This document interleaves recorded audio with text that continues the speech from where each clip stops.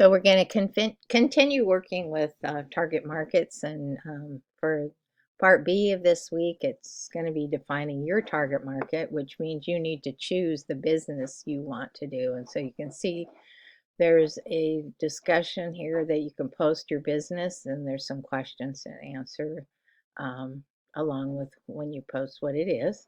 If you have an existing business, that makes it a little easier. If you have one that you've always wanted to try out, that's a good suggestion of a business to choose. And if you don't have anything in mind, you can also be a social media consultant, because believe me, there's plenty of work in that field if you decide to follow through with that. And then if you have any questions, of course, post them there. So here we are. So what I need you to do before Monday is decide what business you're going to be using for the rest of the course. And then a lot of what we'll do going forward, we be focused in that area for you. You can take what the assignments are and work with that and as you go along.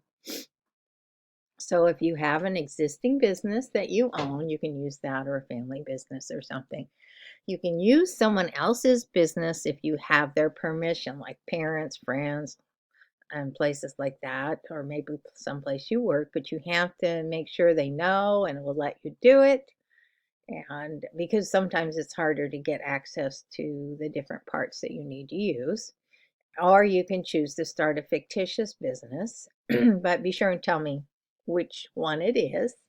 And then like I showed you, there's a discussion in there, and in the module for this week. So tell me what your business is, and then tell me the name of it and what type of business it is. Tell me if it's a real business or one you're creating for class. In other words, a fictitious one. If it's your own business, do you use social media? And tell us how you're using it and how things are working out for you, the number of followers, etc., etc. If it's someone else's business, what's your role regarding social media, and what do they use, and how many followers do they have? And of course, if it's something new, I assume you don't have anything yet. And then I want you to write, after you've done the thing or added your business information to the discussion, then I want you to write a blog post and tell me who your target market is. So you want to work to dial your thoughts into who your perfect customer would be. And that's why we've been working forward to this, to see how people reach out, how they're connecting. And then, those last businesses you looked at, like how are they using social media? Do they connect well? And then the last two that you chose, two businesses out of the sets, three different sets, like how are they, what is, you had to figure out what their target market was. And even though they were similar businesses, their target was a little bit different. And so you can see, you can be in the same field with someone, but your target market might be slightly different, which can be really good because that gives you a different group of people to work with.